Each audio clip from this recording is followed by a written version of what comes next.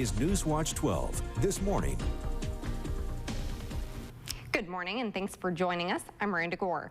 Halloween might be over, but Halloween weekend is continuing. Overnight, Ashland police were out in full force yet again looking for anyone wreaking havoc on the streets. On Halloween, most bars in Ashland were packed full. Some even had lines out the door. Police reported tickets for marijuana, drug possession, and fighting. Officers say they noticed a younger crowd this year. SOU security handed out multiple minor in possession citations, and Ashland police started charging people with a few DUIs. Police say some bars were overcrowded beyond the limit set in place by the fire marshal. Businesses anticipated last night was going to be another very busy night since Halloween fell on a Friday this year. After a busy night, sometimes it's hard to say what the next night would be like. Halloween was a very big night for us. Medford police say Halloween was actually pretty quiet downtown. Officers reported only one DUI. And a famous haunted manor is closing its doors for good after rain caused flooding on the property. The water damage destroyed the parking lot from the Darkwing Manor on Friday night, making it nearly impossible for drivers to get their cars unstuck from the mud. Volunteers spent months putting together the sets and decorations for the manor's annual Halloween tradition. But this year, the grounds only held up for 2 nights. Most of the grass is now pretty slippery and has turned into mud. Too much mud, too much rain. So it's pretty much the problem of the parking field, which we use. And if we don't have our parking, then we can't accommodate 1,000 people. The money raised from the haunting house goes towards organizations benefiting children. This year, CASA will be receiving money raised over the 2 nights the manor was open. And thankfully, it looks like most of that rain's moved out of our area, but it's brought some very cold weather. Absolutely. We have very cold temperatures out there. In fact, starting below freezing in some areas. But we have a little bit of a break between now and the next rain event, which will come in tonight, starting at the coast in the late evening and then moving throughout the inland areas overnight. Across the region right now, seeing cloudy skies out there in the valley, also in Northern California. A little bit of a clearing spot in the basin. That's why they're getting the sun at the moment. And also the coast has a little bit of clearing as well, but it's 45 degrees in Medford, 29 degrees in Klamath Falls. A very cold start to your morning. So if you're heading out, make sure you have that jacket with you. Here's a look at I-5 in Medford. A little bit of slick roadways out there from the rain that came out last night, but things will once again start to dry out. If you are in the upper passes of I-5, you're looking at some fog. Here's Siskiyou Summit. You can barely see, but a few, maybe about a mile ahead of you. So just keep that in mind while heading out. And for right now at Diamond Lake, also slick roads with the snow that came in overnight. Here's your forecast for today. Partly cloudy skies. Once again, a break from the precipitation, but we get it right back tonight. And of course, I'll tell you all about that in your full forecast. Thank you very much, Seth.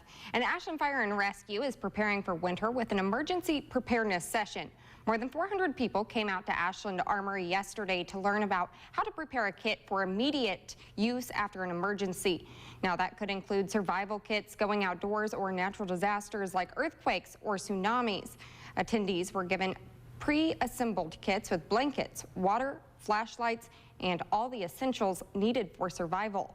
Ashland Fire recommends people prepare by stocking a kit full of their own food items, fitting their own dietary needs, and also planning for medical needs and their pets. They say a kit should be able to sustain someone for up to 72 hours. And more than 100 unmarked burials are receiving recognition in one of the oldest cemeteries in the Rogue Valley. When community members first stumbled upon the abandoned Mount Vernon Cemetery, 7 graves were marked, and after 4 years of historical research, genealogists have now discovered a total of 116 graves. Community members say the cemetery dates back to the 1850s when pioneers first came to the area to settle. So to liven it up, community members raised enough money to mark all of those graves with headstones yesterday. The project today was to mark them so that we can honor the people that are buried here, even though we may not know all of their names. This is a cemetery of over 100 souls, and now they have recognition. Now the group hopes to continue maintaining their cemetery twice a year. They say the next steps are to put up signs and get new fencing. And now heading up north, health officials are still awaiting lab results on the patient being tested for Ebola in Oregon.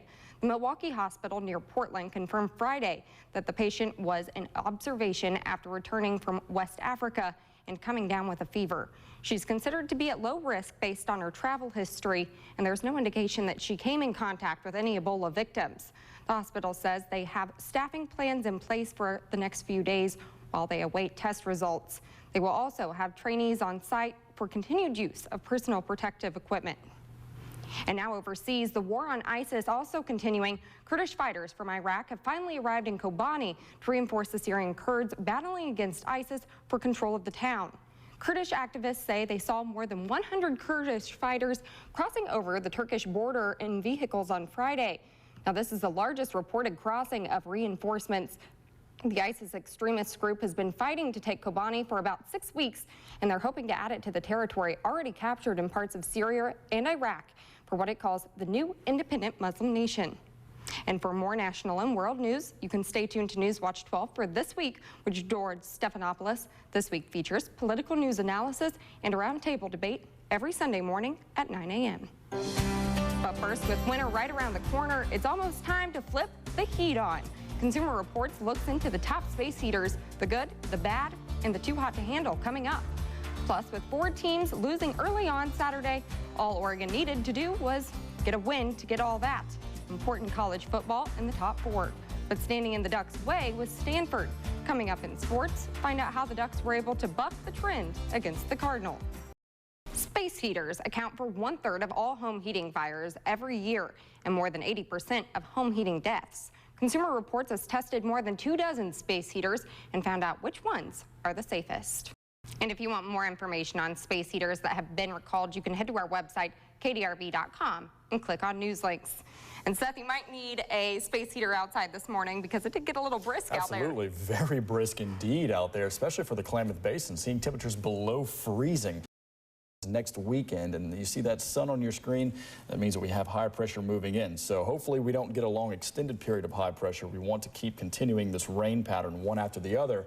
That way we can get the rain that we need, also the snowpack that we need for the spring. That's what we're going to need. We're going to need that rain for sure. I like those warm temperatures though. Wednesday, Thursday, 68 degrees. I'll take it. You're looking forward towards the warm. I like the cold. I'm not too particular about it. Yeah.